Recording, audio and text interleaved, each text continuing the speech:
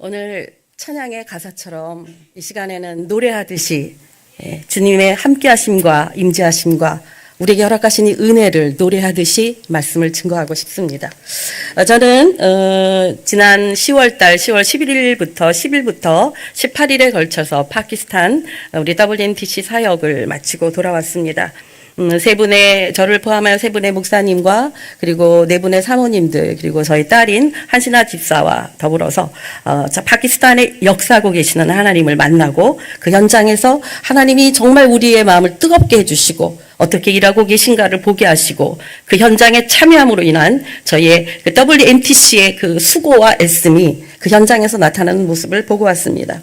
작년 10월 달에도 국제 컨퍼런스를 파키스탄에서 했었는데 제가 그곳에 작년 파키스탄 그 국제 컨퍼런스를 참석하면서 정말 이 땅에 일하고 계시는 하나님의 역사가 파키스탄에 임하시는 하나님의 역사가 이렇게 크고 놀랍구나라는 사실을 확인하면서 저희 마음의 뜨거운 마음과 그리고 정말 한국교회가 다시 부흥이 일어나기를 소망하는 간절함을 가지고 돌아왔습니다. 네, 돌아왔을 때 더 감사한 것은 그곳에 함께했던 사모님들께서 한 40여 분의 사모님들이 모여서 기도하기 시작했고 그리고 그들이 정말로 하나님 앞에 더 헌신되어지기를 작정했다는 그런 소식을 전해 들음으로 인해서 제 마음 가운데 기회가 되면 다시 이분들을 만나고 함께 기도하고 하나님의 은혜에 참여하고 싶다는 마음을 갖게 되었고 또 기도하며 소망 중에 기도하는 중에 하나님께서 이제 WNTC의 여성 지도자 사역부를 준비하셨고 그리고 또 올해에 갈 수 있는 큰 은혜 기도의 응답을 허락하셨습니다.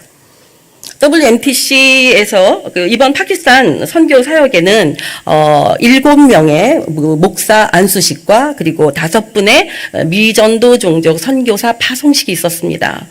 그 사건을 통해서 정말 그 무슬림의 국가며 하나님을 안다는 것 자체, 하나님을 믿는다는 것 자체가 생명의 위협을 느낄 수밖에 없는 그런 환경 속에서 그들이 목회자로 세워지고 선교사로 세워졌다는 그 사실만으로도 보고 있는 저희들에게는 감격이었고 그리고 보고 있는 그 현장의 모든 분들이 하나님의 은혜에 빠질 수밖에 없었습니다. 특별히 하나님께서는 선교사 파송식이 아니라 이들은 순교자 파송식이다라는 마음을 주셨을 때 정말 숙연해짐과 정말 이들이 주를 위하여 헌신되어지기로 작정하고 목숨을 드리기로 작정한 그들의 모습 속에서 우리들의 이 등 따시고 배부르고 등 따신 한국교회 또 우리 자신의 모습을 바라보면서 정말 많은 회개와 그리고 눈물을 흘릴 수밖에 없었습니다. 또 저희가 다녀본 것 중에서 4살부터 14살에 이르는 그 비전 스쿨이라고 하는 그들이 크리스찬이기 때문에 그들이 그 현지의 학교에 다니기가 참 어렵고 그들 자체가 왕따를 당하거나 아니면 그리스도인이기 때문에 그 아이들에게 당하는 그런 것들 그것보다 더 중요한 것은 하나님의 자녀로 양육받아야 될 그들이기 때문에 교회에서 그 지교회에서 비전 스쿨이라고 하는 스쿨을 개강해서 대안학교처럼 그들이 훈련되고 있는 모습을 봤습니다. 저는 4살부터 14살 지극히 적은 아이들의 그 모습 속에서 정말 하나님이 어떻게 역사하고 계신가를 김석권 목사님을 통해서 들었고 보기도 했지만 가서 눈으로 확인하면서 그 현장에 훈련되고 있는 그 아이들의 모습이 너무나 정말 감격스럽고 그들이 모든 공부를 하기 전에 그리고 뭐 환경은 너무 열악하죠. 장소가 너무 비좁고 장소가 없기 때문에 이 정도 그룹은 계단에서 하고 이쪽에 뭐 4살부터 몇 살짜리는 이쪽 그룹에서 하고 한 장소에서 그들이 하나님 앞에 준비될 뿐만 아니라 그 공부하고 있는 그런 모습 속에서 그 아이들의 마음속에 모든 그 공부를 하기 이전에 1시간 전에 모여서 찬양하고 예배하고 기도하고 선포하고 WNTC의 정체성을 외치고 그리고 그 자신들의 소망이 세계 선교사라고 하는 그것을 선포하는 그들의 모습이 또 끝날 때에도 1시간 동안 또 모여서 똑같은 것을 반복하고 그들이 그 어린 아이들이 저희들의 이름을 부르면서 한 달 전부터 우리를 위하여 기도하고 있었다는 그것을 받아보면서 참 많이 부끄러운 우리의 모습을 확인할 수 있는 그런 시간이었습니다. 또한 그들이 어린 자녀들이 정말 너희들이 원하는 시간에 와서 기도해라라는 그 메시지를 들은 다음에 자기들이 시간 있을 때마다 교회로 찾아와서 앞에 걸려있는 세계 지도 그 선교사 WMTC의 세계 지도를 보면서 손을 얹고 기도하는, 누가 강요하는 것이 아니라 자기들 스스로가 와서 그렇게 기도하고 있는 모습을 사진으로 찍어 놓은 것들이나 현장에서 보면서 정말 이들이야말로 이 다음 세대를 책임지고 파키스탄을 책임지고 세계 열방의 선교를 책임질 수 있는 다음 세대로 양육되어지고 있다는 사실을 확인하였고, 그 일을 위하여 수고하고 헌신한 그 목사님들, 그 파키스탄의 젊은 사역자들이 얼마나 귀중하고 또 소중하게 느껴졌는지 모릅니다. 또 14살부터 30살까지의 그 자녀들을 대상으로 한 그 렘넌트 훈련, 그 거기에서 보면 그들이 보통 한 번 모인다 하면 모든 그 모임이 그렇더라. 예배 모임이 아무리 짧아도 4시간, 보통 5시간이에요. 5시간에서 6시간 동안의 모임을 가지면서 그들이 기도하고 또 준비하고 훈련하는 모든 과정 속에서 정말 하나님을 향한 그들의 열망과 주님을 더 닮고 싶어하고 주님의 것을 더 소유하고 싶어하는 그들의 간절함이 기도를 통하여, 그들의 자세를 통하여, 저 5시간을 앉아 있어도 정말 신기할 정도로 화장실도 가지 않고 끔찍을 안 해요. 근데 그 좁은 공간에 한 500여 명, 그것도 아무나 올 수 있는 게 아니라 점심을 다 준비해서 나눠줘야 되기 때문에 이미 준비되어지고 파악된 숫자들이 참석했는데, 좁은 공간에 앉으려니까 그들이 다리를 우리가 앉는 것처럼 책상 자리조차도 할 수 없는 공간에 다리를 세우고 앉아서 너무나 빡빡하게 앉아서 정말 땀이 안 날 수 없는 그런 환경 속에서도 꼼짝하지 않고 그 은혜를 사모하는 그들의 모습 속에 우리가 은혜를 끼치러 가거나 뭔가를 줄여가는 것이 아니라 그들의 모습 속에서 저희가 더 많은 그 영적 에너지와 그리고 하나님을 향한 그들의 열정에 다시 한번 우리를 돌아보는 그런 시간들을 갖게 되었고, 이 파키스탄에 하나님이 행하시고자 하는 이 젊은 세대를 향한 비전들이, 그 예비된 은혜와 역사들이 정말로 클 것이다라고 하는 기대감을 갖게 되는 그런 시간들이었습니다.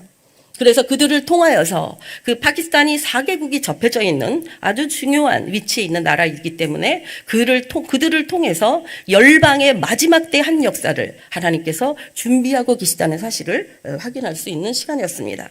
또 저희가 지교회들을 방문하면서 메시지를 전하고 주일 예배의 예배를 또 드리게 되면서 각 지교회들의 그 성도들의 순수함과 그 열정이 그 모든 예배 가운데 느껴질 뿐만 아니라 지치지 않는 그들의 그 하나님을 향한 그 열망과 그 순전함들이 정말 너무나 아름다운 그들의 예배와 찬양과 기도의 그런 모습을 보게 되었습니다.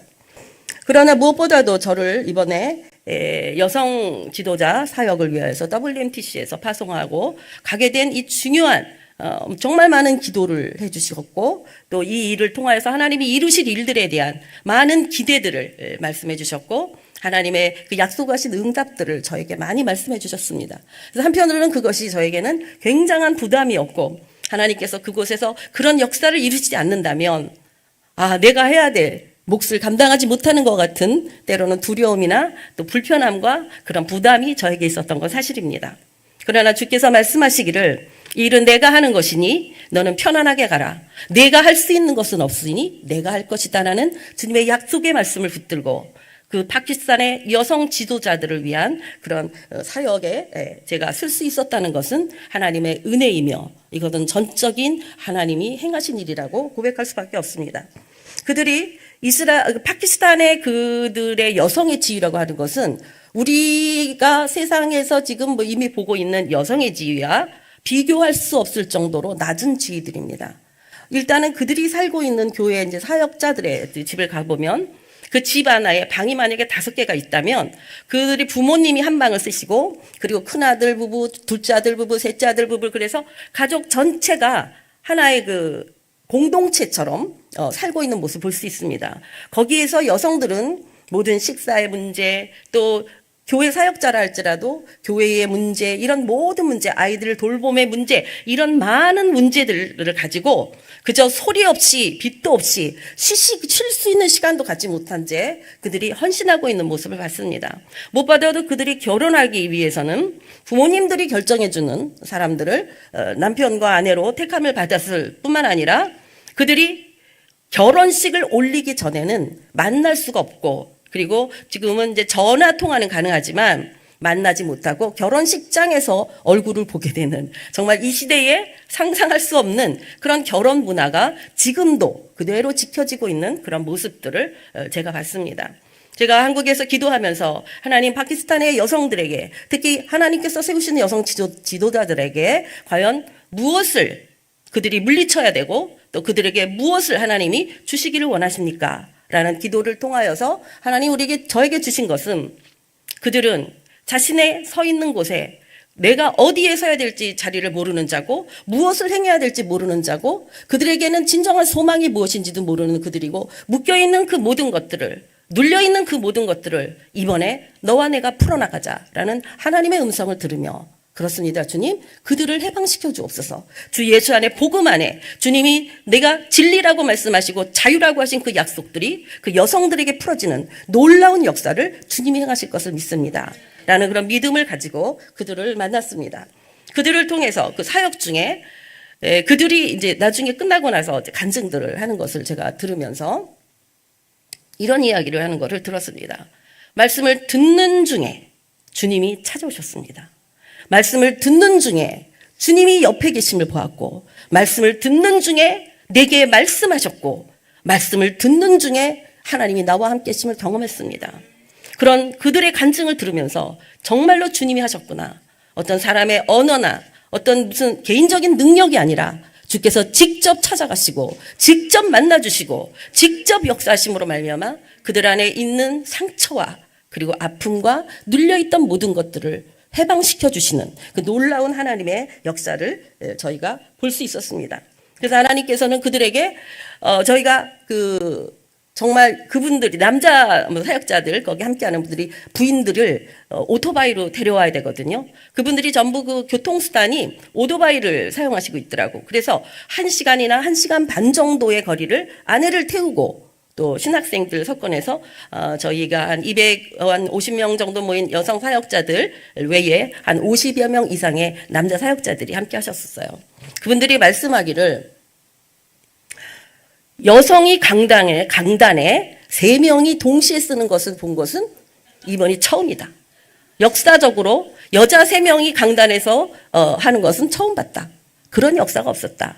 왜냐하면 제가 강사로 썼고 우리가 잘 알고 있는 우리 WMC-NTC에 속한 최명희 선교사님이 정말로 기가 막힌 통역을, 아니 통역하는 사람이 더 강사인지 강의하는 그 말씀 전환자가 강사인지가 모를 정도로 그 마음에 뜨거운 불을 가지고 통역할 때에 어쩌면 저희가 전하는 메시지보다도 더 뜨겁게 그들에게 전해주는 놀라운 그 최명희 선교사님 여성이었고, 그리고 저희 딸 한신아 집사를 데려갔는데 한신아 집사도 하나님께서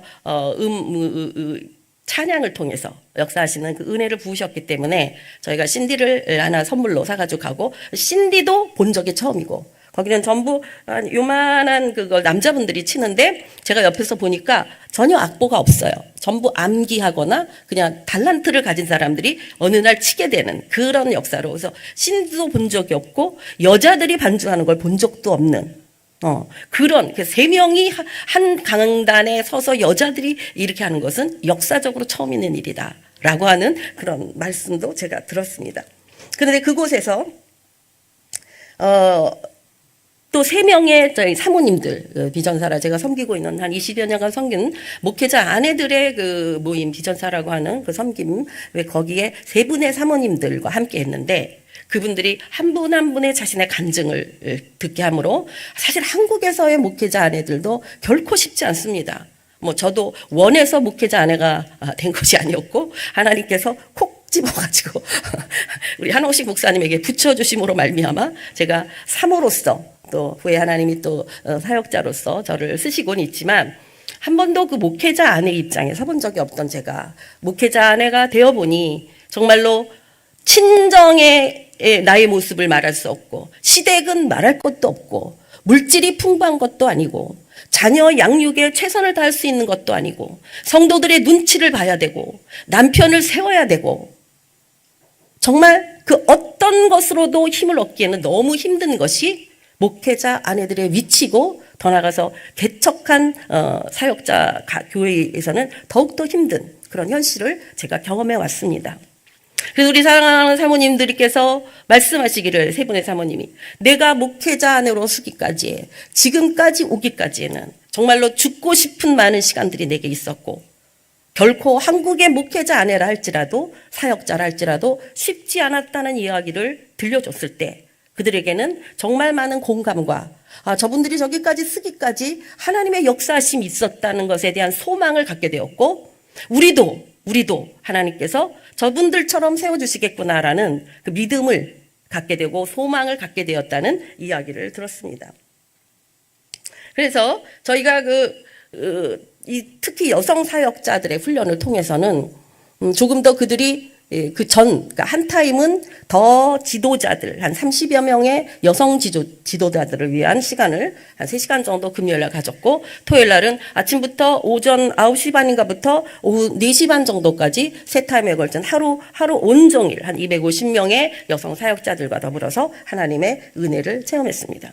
특히 그분들이 이 찬양 속에 임하시는 임재의 잠잠함 가운데에서 임하시는 성령의 타치하심을 경험하면서 그들이 정말 깊은 위로와 그리고 주님을 만나는 사건들을 통해서 그분들이 새로운 어떤 그 자신을 향한 하나님의 비전들을 꿈꾸는 그런 시간을 가졌다고 말씀하고, 또 찬양하는 중에 임재 중에 말씀하시는 예언적 사역을 통해서 정말 신기할 정도로 그 메시지를 누군지 무작위로 얘기하는 것이기 때문에 누군지 모르는데 본인은 알고 있는 거죠. 나를 향한 하나님의 음성이라는 거를 들었던 그들 속에 이 집회가 끝나고 1시간 후가 됐을 때 자기가 받은 일들이 그대로 현실화되어지고 나타나는 그런 경험들과 더불어서 정말 하나님께서 얼마나 여성을 사랑하시는지, 우리들이 어떤 위치에 있었는지를 확인하며 다시 돌이켜 나도 주님 앞에 하나님의 사람으로 쓸 수 있다고 하는 비전과 꿈을 품게 되는 참으로 놀랍고 소중한 그런 시간들이었습니다.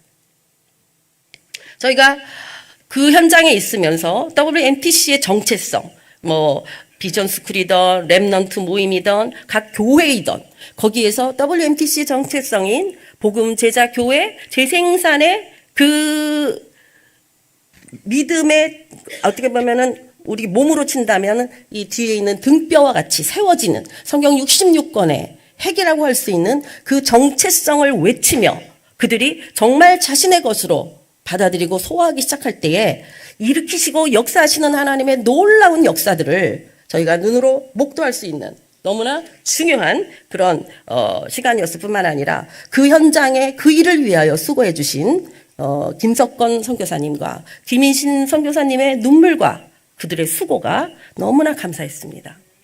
그리고 저희가 돌아오면서 무엇보다 중요한 것은 그 현장에서의 뜨겁고 그 현장에서의만의 은혜만이 아니라 그 일을 우리는 씨를 뿌리고 때로는 물을 줬지만 자라게 하시는 하나님이시기 때문에 저희가 돌아온 이후에 성령께서 더 강하게 역사하시고 성령께서 더 많은 일들을 준비하신 것들을 그들에게 펼치시고 마침내 하나님의 뜻이 이 땅에 이루어지는 그 파키스탄의 하나님의 사랑하는 자들을 통하여 이루시는 하나님의 역사가 이루어지기를 지금도 기도하고 있고 그 일을 이루실 주님을 찬양합니다. 그래서 앞으로 행하실 그 주님의 놀라운 그 파키스탄을 향한 일들에 대해서 어떤 기대감을 저희가 가지고 있지만 오늘 이 시간에는 제가 여성 사역이라고 하는 그 비전은 사실은 예수님을 더 깊이 알기 전에 이미 제 마음 가운데 주셨습니다. 그리고 제가 원하지 않았지만 저에게 부여되어졌던 목회자 아내들의 훈련에 관한 그런 부분 또한 여성들이 하나님 앞에 어떻게 서야 되는가를 제 마음 가운데 심어주셨고, 그래서 저를 향한 하나님이 부르심이 있는 사역이 저의 사역의 부분이구나라는 것을 저의 여러 그 훈련 가는 과정 속에서 이제 알게 되었습니다. 그래서 제가 여성 사역이라는 부분을 하게 될 때에 사실 많은 분들이 과연 도대체 여성 사역은 무엇이냐라고 할 수 있을 것 같습니다. 그냥 여자들끼리서 모여서 하는 게 여성 사역이냐 그런 생각을 할 수도 있고, 과연 여성 사역을 통해서 뭘 하겠다는 건가? 그래, 기도 열심히 하면 좋지, 욱사욱사 해가지고 그렇게 생각할 수도 있습니다. 그러나 제가 하나님의 말씀을 통하여서 이 시대의 여성, 아니 하나님께서 역사 이래로 사용해 주신 여성들을 어떻게 쓰셨는가를 말씀을 통하여 깨닫게 되고, 그리고 그들이 행한 역사를 오늘 우리가 이어간다는 생각을 하게 되고, 이 역사는 단순한 여자들만의 역사가 아니라 하나님께서 이 땅에 예수 믿는 모든 자들을 여자라고 칭하심과 같이 이 우리 모두의 사역일 뿐만 아니라 남성과 여성으로 분리되어지는 그런 역사가 아니라 그리스도 안에 한 사람으로, 그리스도 안에 하나님의 사람들로 세워져가는 그 인식이 필요하다고 생각되어집니다. 우리가 살고 있는 이 시대에 정말 많은 문제들이 있습니다. 마지막 엔타임을 향해 가고 있고 지금이 엔타임이라고 말하고 있는 이때에 우리가 보고 있는 그 많은 문제들, 그런 모순들, 그리고 순리대로 되어지지 않은 이 영리의 시대를 살아가면서 아직도 변경되지 않고 회복되지 않는 문제가 하나가 있다면 그거는 남녀의 평등, 남녀의 문제입니다. 수많은 시간 속에서 우리들이 인식되어져 왔던 이 사고의 패턴이 바뀌지 않는 한 우리는 남성과 여성이 하나님의 사람인 우리가 동역할 수 없고, 또한 동역되어지지 않는 한 거기에는 분리가 일어나고, 그리고 하나님의 사람이 상하로 어떤 지배적 관계로 쓰게 됨으로 말미암아 하나님의 일을 정말로 귀하고 아름답게 성취하기가 쉽지 않을 거라는 생각을 하게 됩니다. 하나님의 나라의 회복이 여러 측면이 있지만 그중에서도 특히 오늘은 관계적 측면에서 남성과 여성, 하나님의 사람들에 대한 부분을 함께 나누며 말씀을 증거할 수 있기를 바랍니다. 하나님이 인간을 창조하실 때 창세기 1장 27절을 보게 되면 하나님이 사람을, 아담을 남자와 여자로 창조하셨다고 기록하고 있습니다. 여기서 아담의 우리 뜻이 사람이라는 뜻과 인류라고 하는 뜻을 가지고 있다는 것을 우리는 알고 있습니다. 하나님이 사람을 창조하실 때 남자와 여자로 창조하셨다고 말씀하실 때 이 남자는 자카르라는 단어를 사용하고 여자를 사용할 때는 네케바라는 단어를 사용하고 있습니다. 이 자카르와 네케바의 의미는 성정체성, 다시 말하면 암수와 같은 관계를 말하는 것입니다. 하나님이 사람을 만드시되 남성적인 영역과 여성적인 영역을 갖는 존재로 지으셨다는 것입니다. 물론 남자 안에도 여성성이 있고 여성 안에도 남성성이 있습니다. 그런데 하나님이 이 성정체성을 우리에게 주셔서 수컷과 암컷이라고 하는 그런 의미에서 창세기 1장에서는 하나님이 사람을 창조하실 때에 자카르와 네케바라고 하는 이 남성 여성으로 만들었다라고 분명히 말씀하고 있습니다.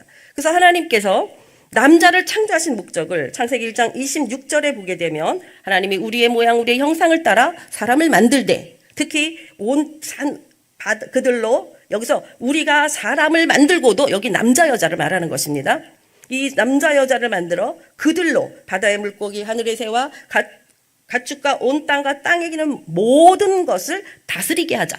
하나님이 인간 사람을 창조하신 목적에는 남자만 쓰시겠다는 게 아니라 사람을 만들어 남자와 여자들을 통하여서 하나님이 창조하신 그들을 통하여서 그 모든 것을 다스릴 수 있는 그 인간의 그 만물의 영장으로서의 그 지배권, 권리를 하나님이 허락하셨고 다스리게 하자라고 하나님이 약속해 주셨습니다. 창세기 2장 15절을 보게 되면 여호와 하나님이 그 사람을 이끌어 에덴 동산에 두어 그것을 경작하며 지키게 하시고 라고 말씀하고 있습니다. 에덴 동산은 하나님의 왕국입니다. 하나님의 나라입니다. 하나님과 인간이 함께하는 교제할 수 있는, 교류할 수 있는 영역입니다. 이 영역을 하나님은 그저 에덴을 주었으니 거기서 맘먹고 살아라, 낙원을 누려라 라고 말씀하신 것이 아니라 지키라고 분명히 말씀하고 계십니다. 그래서 아담, 다시 말하면 사람에게 주어진 역할 중에 하나는 하나님의 나라를 그 모든 그 피조물을 다스릴 뿐만 아니라 하나님의 나라를 지켜야 되는 그 사명이 사람을 지음에 하나님의 목적이 있다고 하는 것입니다. 또한 하나님께서는 창세기 2장 20절을 보게 되면 아담이 모든 가축과 공중의 새들과 들의 모든 짐승에게 이름을 줄 수 있는 권위를 부하셨습니다. 이름을 준다는 것은 그의 그 이름에 따른 특성을 말하자면 그의 만약에 사과 그러면 사과의 특성이 있고 소 그러면 소의 특성이 있듯이 그 특성을 주게 되는 권위가 부어졌다는 것입니다.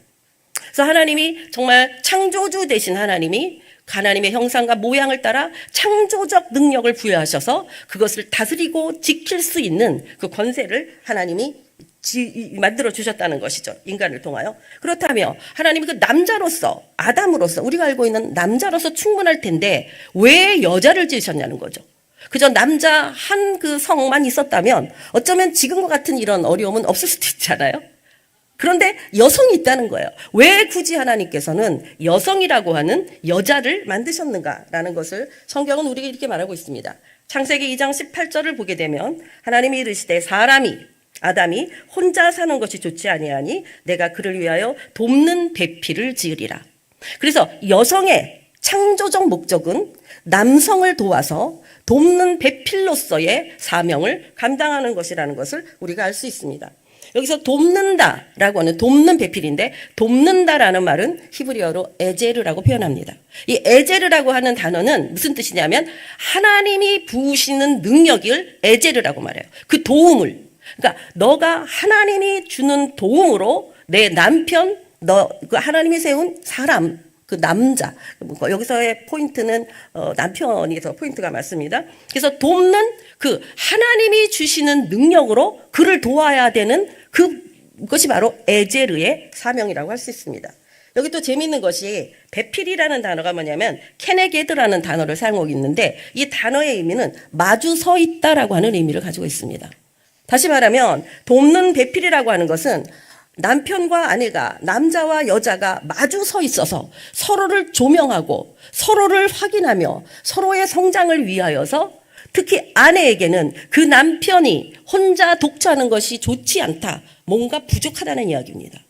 그래서 여자인 내가 하늘에 주신 것을 가지고 그 남편을 돕는, 남자를 돕는 배필로서의 역할을 감당하라고. 그런데 어떻게 도울 것이냐? 마주 서서 도우라는 것입니다. 마주 서 있어야 되는데 이것이 칭하가 생기게 되면 절대로 정확한 것을 볼 수가 없습니다.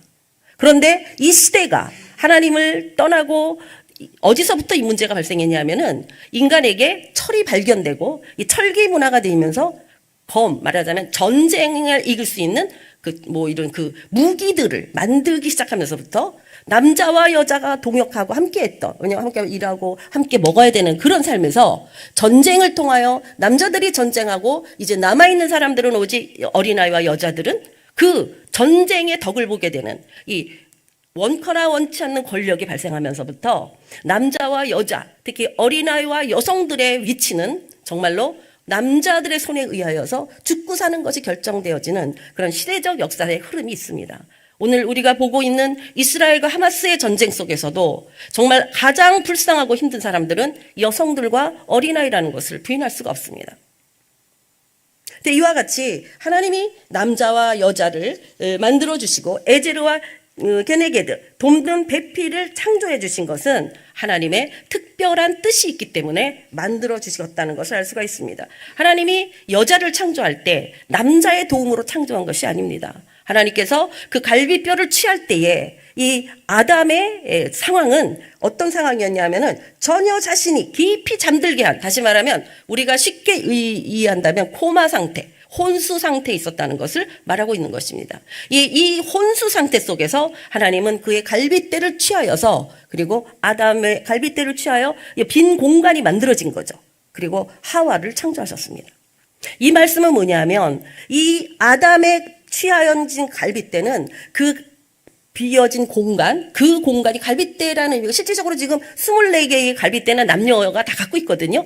그러니까 우리 그러면 그 갈빗대 하나 뺐다는데 그럼 남자는 23개 해야 되는 거 아니에요? 이렇게 생각할 수도 있는데 그렇지 않고요. 24개의 갈빗대를 갖고 있습니다. 근데 그 의미는 무엇이냐면 하나님이 남자의 마음 가운데 이 갈빗대 하나가 빠져나간 것 같은 공간을, 그 방이 비어 있다는 이야기고, 이게 언어적인 개념이거든요. 그래서 내가에서 빠져나간 그 갈빗대가 다시 채워지지 않는 한 그 남자는 결코 채워지지 않는다는 그 의미를 갖고 있습니다. 그래서 남자분들이 자신의 마음의 가슴 안에 있는 부분이 채워지지 않으면 집에 있는 아내를 두고 밖을 찾으러 돌아다니는 거예요. 헛헛해서 뭔가 채워져야 되는데, 그러니까 여기저기서 자기의 잃어버린 갈빗대를 찾으러 다니는 거죠.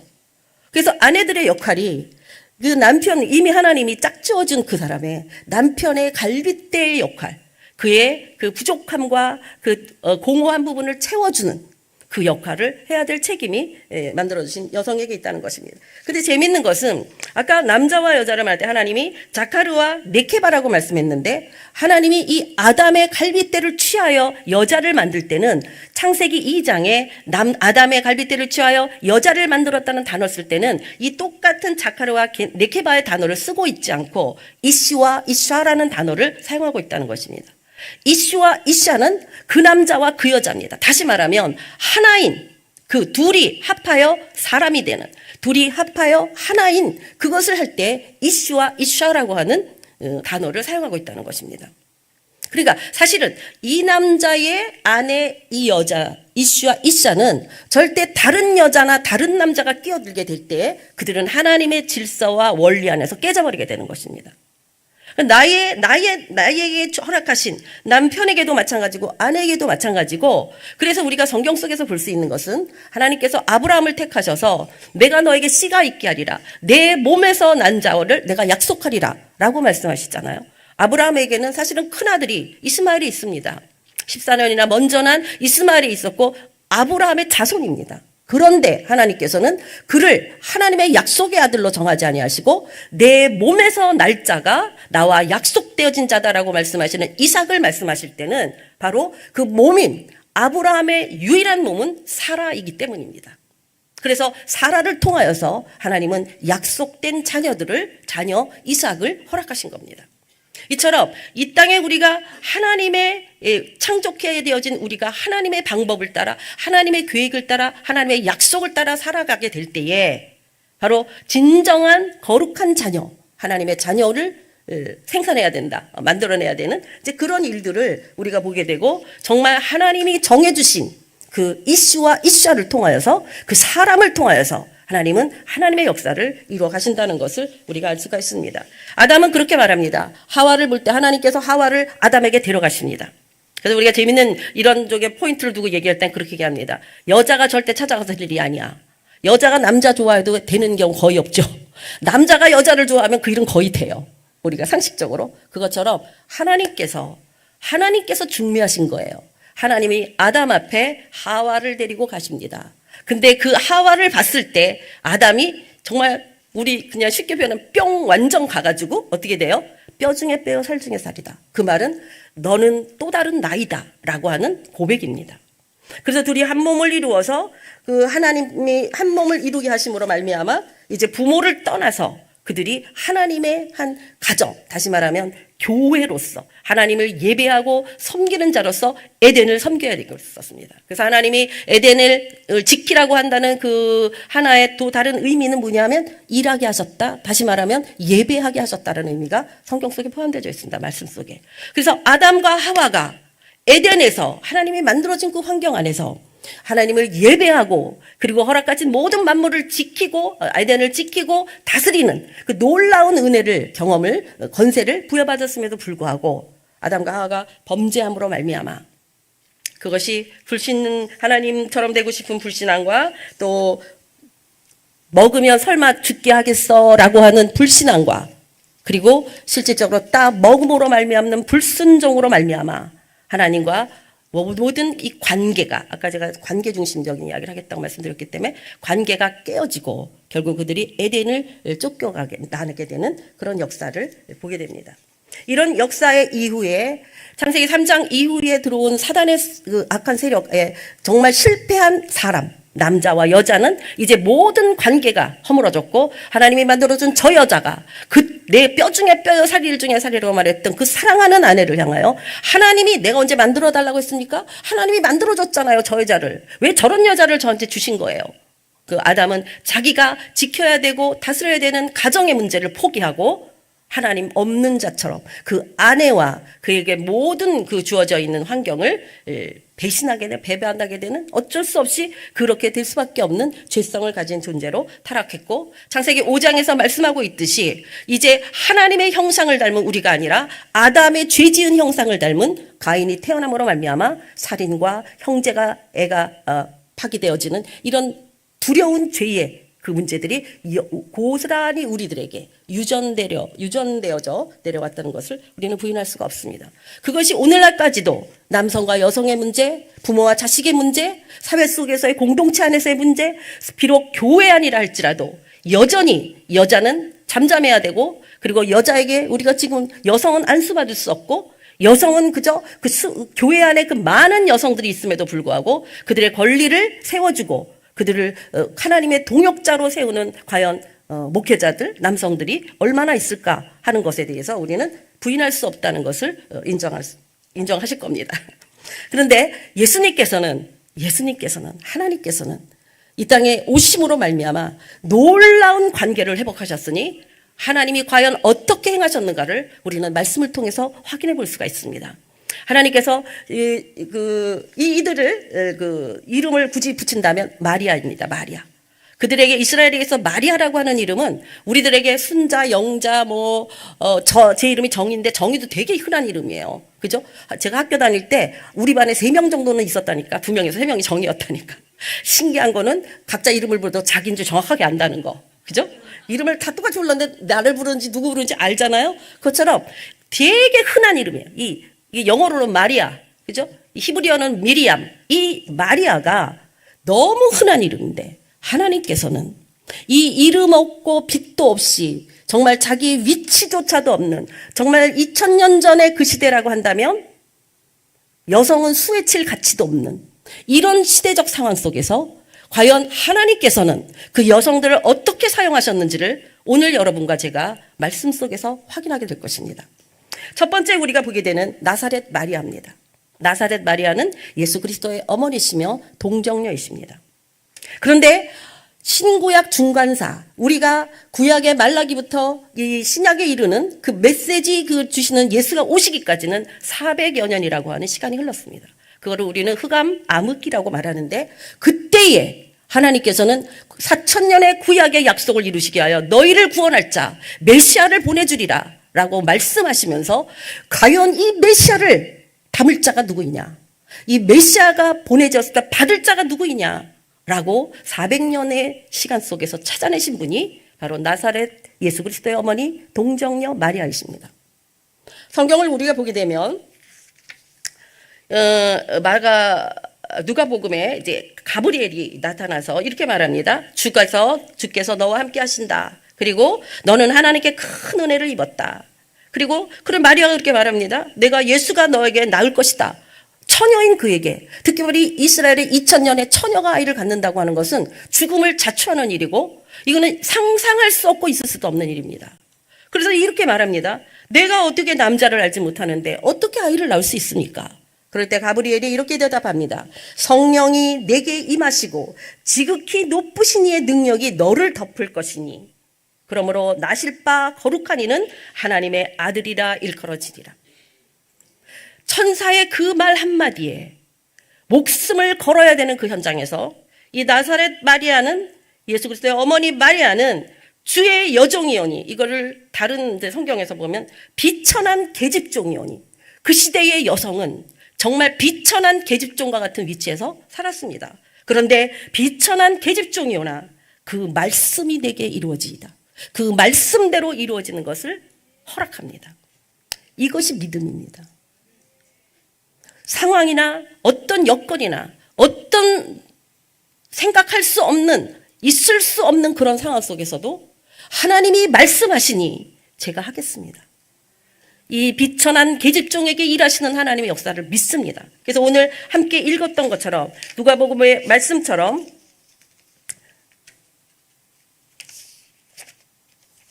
이렇게 말씀하고 있습니다. 아까 누가복음 읽을 때 하나님의 말씀을 믿은 여자에게 복이 있다.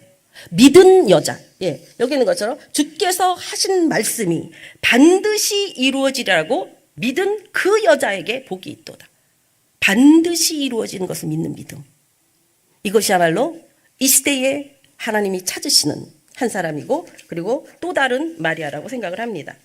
그래서 성육신으로 이 땅에 오신 예수 그리스도를 몸으로 잉태하고 그 몸으로 받아 10개월을 그 몸 안에 키우며 그 주위에서의 질타와 정말로 어쩌면 생명을 잃어버릴지 모르는 그런 위험한 상황 속에서도 낙태하지 않고 그 예수를 지켜온 그 마리아가 오늘 우리가 복음을 품고 복음이신 예수 그리스도를 품고 그 복음을 포기하지 않고 끝까지 생명으로 낳아드리기를 소원하는 바로 우리 WMDC의 정체성에 바로 이 복음을 소유한 여자, 그가 바로 나사렛 마리아이며 그를 통하여서 하나님은 오늘도 그 복음을 품고 있는 자들을 통하여서 그 복음을 낳기를 소망하는 자를 통하여서 하나님의 역사의 복음은 시작되어졌다고 말할 수 있습니다. 두 번째 제가 보고자 하는 것은 베다니의 마리아입니다. 베다니 마리아. 베다니 마리아는 우리가 잘 알고 있는 나사로의 자매인데 6월절 이 베다니 마리아가 한 건 뭐냐면 6월절 열세 전에 예수님께서 베다니 그 예수님은 그 예루살렘 가기 전에 베다니가 한 30분 정도 떨어져 있는 바로 밑에 있는 동네인데 그 예루살렘 올라가시기 전에는 항상 이 집에 들러서 정말 이들의 그 형제자매들과 함께 하시는 시간들을 많이 보내셨다는 것을 우리가 성경에서 알 수 있습니다. 우리가 알고 있듯이 예수님이 이제 나사로를 살리신 그 이후에 예수를 위하여서 이제 잔치를 하게 됩니다.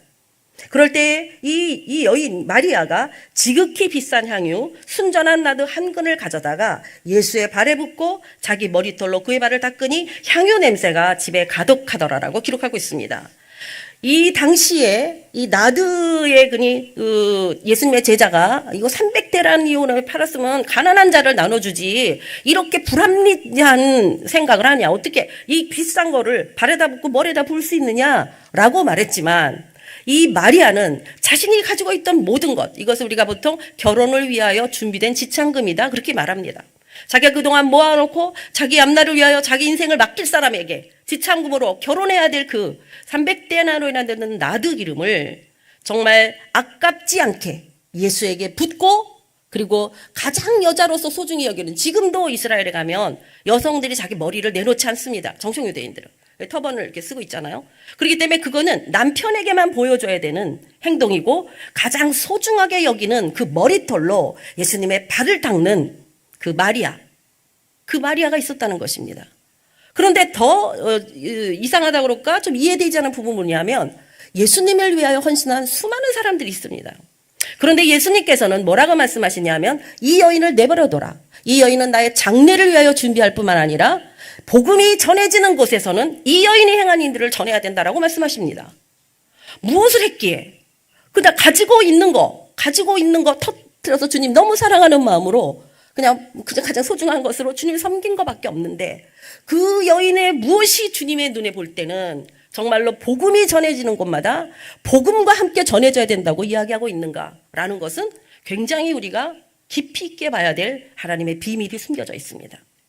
이 베다니의 마리아를 통해서 예수님께서는 당신이 이제 내일 모레 십자가를 져야 되는 이 십자가의 사건을 위하여 장례를 준비한다고 말씀하셨지만 예수님의 죽으심은 살아나심을 기초로 하는 것이기 때문에 이 십자가의 사건이야말로 예수 그리스도의 사명 가운데 죽고 사는 십자가의 문제일 뿐만 아니라 기름을 붓는다고 하는 것은 이스라엘의 역사 속에서 보게 되면 세 부류에게만 기름을 붓습니다.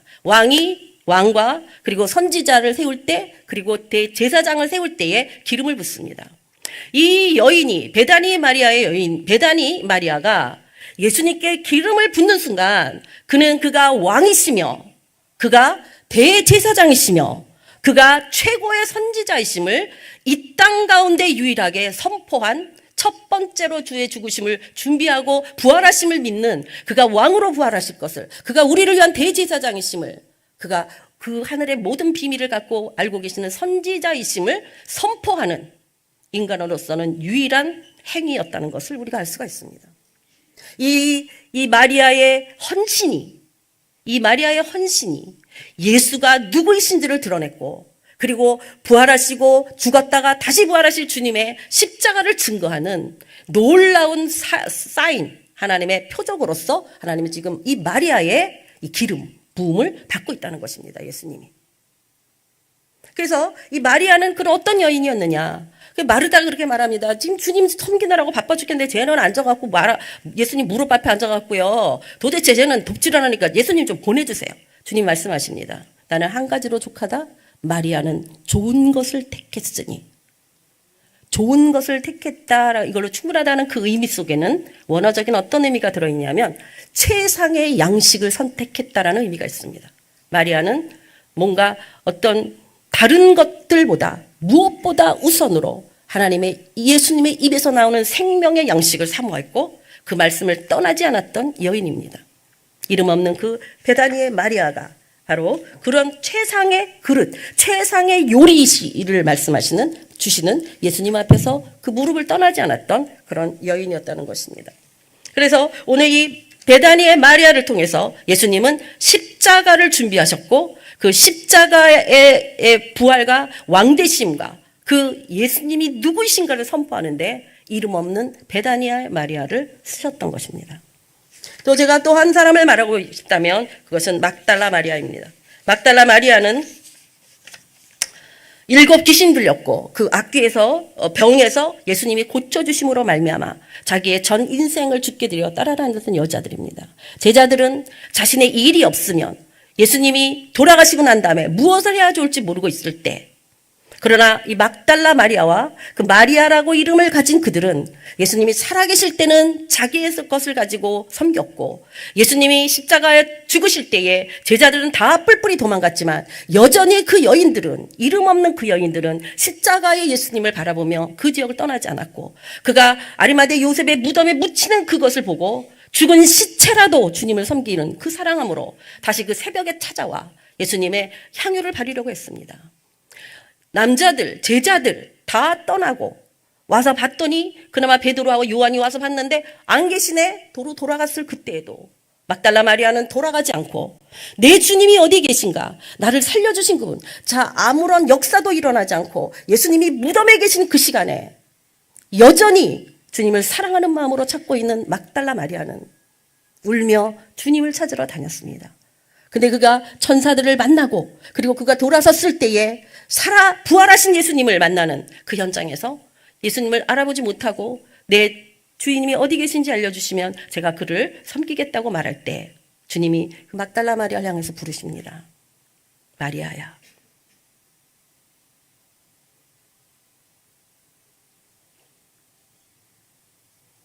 그리고 이렇게 말씀하십니다. 내 제자들에게 전해다오. 내가 살아났다고. 그리고 내가 갈릴리에서 너희를 만날 것이라고. 처음으로 살아계신 주님 부활의 주를 만나 복음을 전하는 그 놀라운 사명을 이름도 없고 귀신 들렸던 막달라 마리아를 통해서 역사하셨다는 것입니다. 예수님의 출생, 초림, 예수님의 십자가, 예수님의 부활하심, 이 모든 역사에 이름도 없이 빛도 없이 사용되어진 분들은 마리아라고 하는 여성들이었습니다. 저는 이 메시지를 준비하면서 그러면 이 마리아가 끝났는가? 아니다. 하나님은 이제 엔타임, 이 마지막 때의 마리아를 찾고 계신다. 그 마리아는 어떤 마리아여야 되는가? 그는 정말로 예수를 품고 복음을 품고 그리고 성령을 받고 오직 예수 그리스도의 죽었다 살아나심을 선포하는 제자된 삶을 살아가면서 다시 우리가 교회라고 하는 것은 그 제자들이 모여서 세상을 향하여 선포하고 세상을 향하여 나가는 땅끝까지 복음을 전하는 자들이 모여있는 것이 교회 아닙니까? 그들을 통하여서 다시 우리가 정체성으로 말하는 재생산의 그 사역을 감당하고 있는 이 마지막 때의 마리아들을 하나님이 WMTC 또 우리가 가서 선포하는 그 모든 곳에 하나님이 일으키고 계시는 이 마지막 때다라는 말씀을 하고 싶습니다. 제가 이 말씀을 준비하면서 또 놀라운 사실 하나를 발견했습니다. 성령께서 조명해 주세요. 이들이 어떤 마리아든 자기가 하겠다고 의지적으로 한 사람은 없습니다. 그죠? 나한테 예수님을 잉태하게 해주세요. 그런 적이 없죠. 그런데 이 나사렛의 마리아든 베다니의 마리아든 막달라 마리아든 그들은 성령의 인도함을 받은 사람들입니다. 하나님의 택하심을 받은 자들이었고 그들 통하여 일하시는 하나님의 역사심이 창세기 3장 15절에 여자의 후손으로 오신 예수 그리스도, 유일한 여자의 후손이신 예수 그리스도가 당신의 이 땅에 일하시는 보내주신 구세주 메시아가 오시는 그 모든 사역에 마지막 완성되신 다시 오실 예수 그리스도의 그 마지막 사명까지 하나님이 마리아 여자들을 쓰셨다는 것입니다. 하나님의 약속은 원시복음이라고는 창세기 3장 15절의 약속이 여자의 후손으로 말미암아 이 땅에 일하고 오시는 예수 그리스도의 오심이 오늘 그 여자들과 함께 일하고 계시는 이 마지막 때에 우리를 부르시는 하나님의 음성을 우리가 모두 들을 수 있기를 바랍니다. 성경은 교회를 그리고 우리 모든 민족 하나님께 속한 모든 것을 신랑 되시는 예수 그리스도라고 말하면서 우리를 여자라고 표현하고 있습니다. 바로 우리는 이 시대에 정말 하나님이 우리를 부르시고 이 타임에 이 시즌에 나를 통하여 우리를 통하여 일하기를 원하시는 그것이 무엇인지를 분명히 알아. 무엇보다도 예수를 잉태한 자, 그래서 예수를 낳는 자가 돼야 되고 성령님으로 말미암아 하나님 내가 하는 것이 아니라 하나님이 하십니다.